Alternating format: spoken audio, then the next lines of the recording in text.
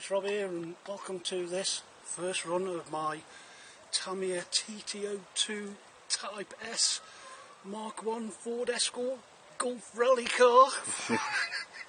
I've got my great mate Mark on the camera. Hi guys. And just before we start, I just thought I'd show you this now because I managed to find some blue wheels, dude. Ooh. That quite match the blue colour for the golf scheme. They're not bad, are they? No.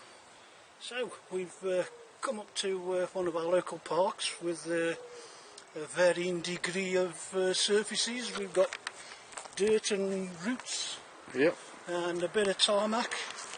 Yep. And But then a bit over road there. rally.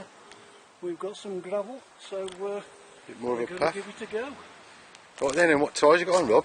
I have these really soft, they're non-Tamiya rally blocks that came with the wheels. Oh right, the patterns I like them, they're good, aren't they? They are, yeah. They're similar to Tamiya's, But much softer. but much softer, yeah. Yeah. And they've got the foam inserts, and they were about 6 or 8 quid cheaper than just buying the Tamiya tyres. Wow, And bargain. I've got the wheels as well.